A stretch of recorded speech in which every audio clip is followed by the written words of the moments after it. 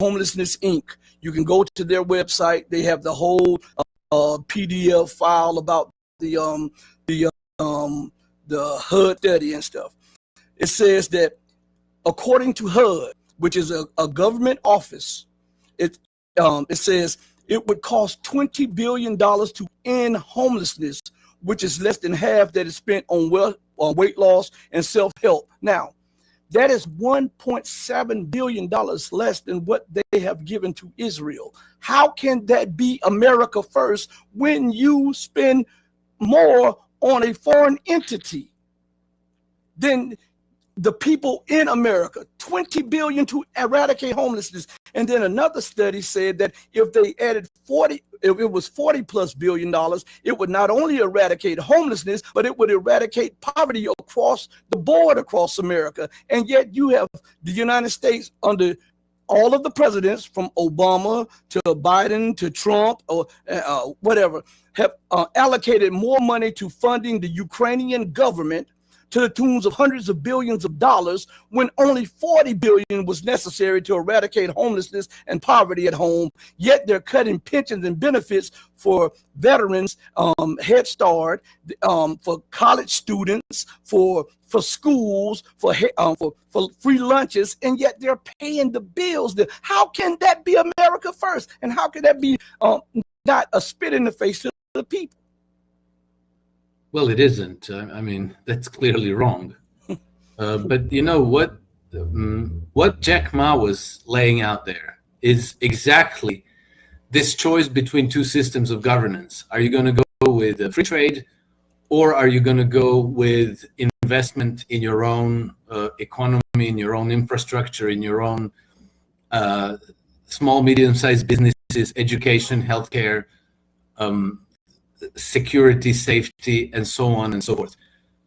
So that's not a thing you can do with the flick of a switch, because you're going to have extremely powerful vested interests that are going to try to pull the system to where their privilege originates, which since World War II, since even before World War II, was this system of free trade that says you make money by selling stuff anywhere in the world.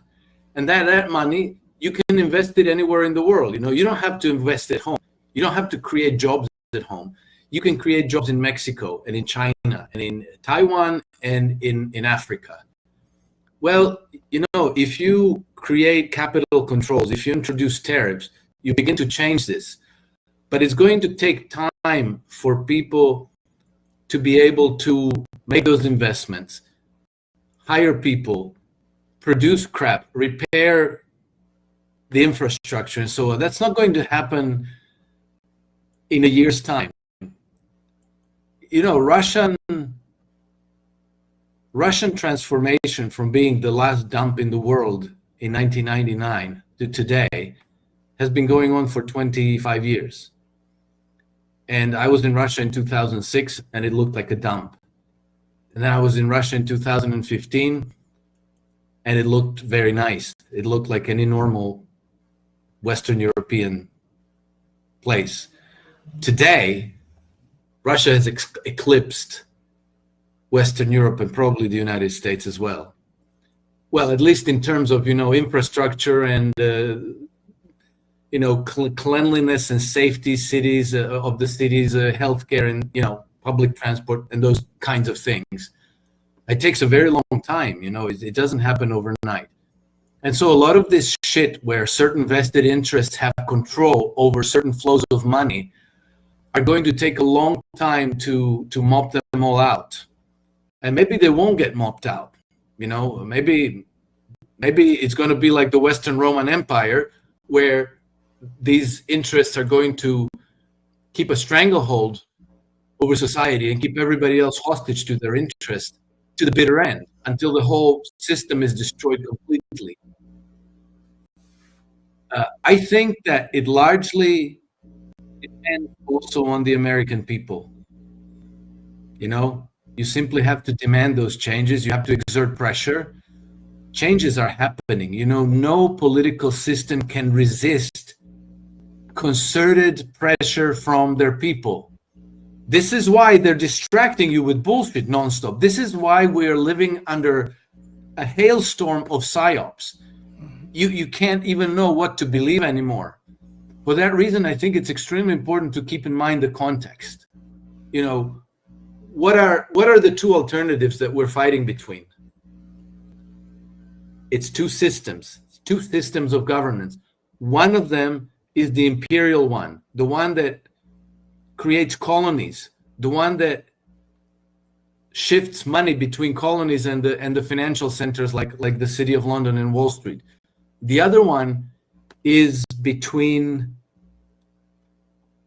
other one is using capital to build up the domestic economy. Now, it's very hard for people to imagine this because we have all grown up under this system of free trade for a few generations.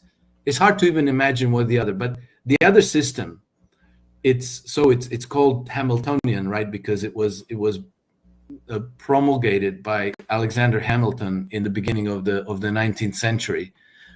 It turned the United States from a patchwork of colonies. Colonies are always backwards dumps. It turned the United States into the global superpower, which is why the British intervened to orchestrate the Civil War, to try to break the Union again into a set of colonies and make them clients of the empire and make them backwards again. The same model was applied in Germany in the second half of the 19th century. Absolutely spectacular results, to the extent that the British had to orchestrate World War II to cut Germany down to size. The same system was applied in China over the last 40 years. So the difference is absolutely spectacular. Look, I'm going to publish something soon on my Substack about this. I'll try to make it. This is really important to know and understand, so that you know what you're fighting for. I'm working now to try to make it digestible because not everybody studied economics, not everybody tolerates the bullshit jargon that's being So I'll try to put this together. I mean, I already have, but it takes a while to put together, and because I want to put it also into a video.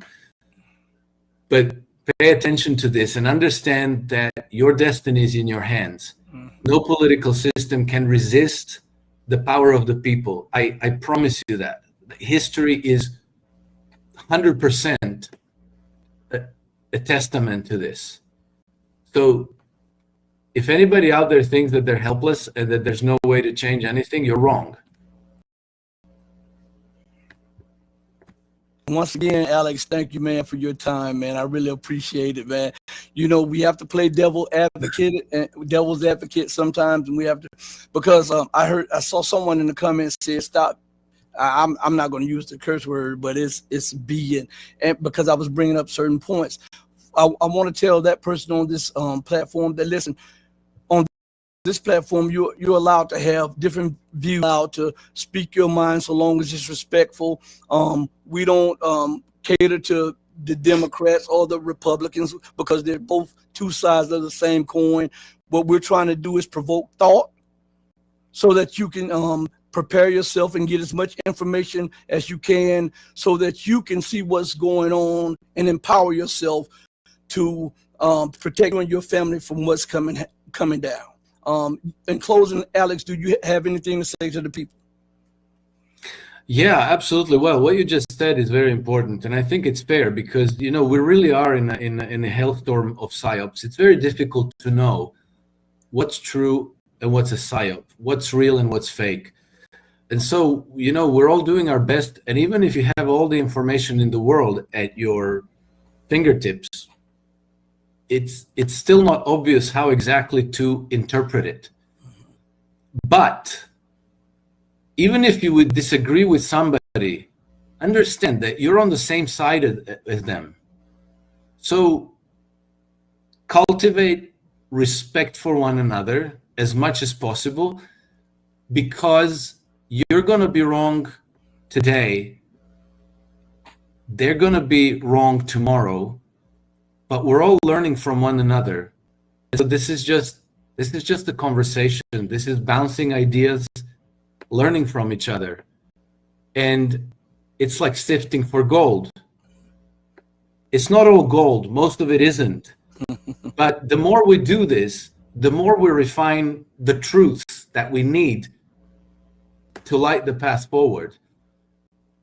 So, I unfortunately, like I've seen many friends fall out because they have a disagreement about the vaccines, or they have the disagreements about the Biden administration or the Trump administration. It doesn't matter. What matters is truth, and what matters is that we understand the truth. You can see how panicked they are at the idea that we're starting to work it out. i.e., Larry Ellison buying TikTok because they realized that the horses have bolted from the stable, and now they're trying to reverse it and get them back. So us figuring things out is the biggest empowerment we can give to ourselves. And we're all trying to work it out. That's what we're trying to do. And there's going to be moments when we disagree. It's cool. It all comes full circle. We're refining the truths, and we need to try to stick together as much as possible and not fall out over things that, 2 weeks from now aren't going to matter, right? Trump is at the White House. Mm-hmm. Trump is the instrument of the American people. Whatever Trump thinks, plans, he can't resist the power of the people either. That's, anyway, Okay. Alex, once again, thank you for joining me, man. You didn't have to, but you did it. You always come through for me when I ask you to. Amen. Be safe and be blessed, and I really appreciate it. You too, Rashid, and all your viewers and listeners. Rejoice and stick together. I think we're in a good shape. We're on the right track. All right. Salute to you.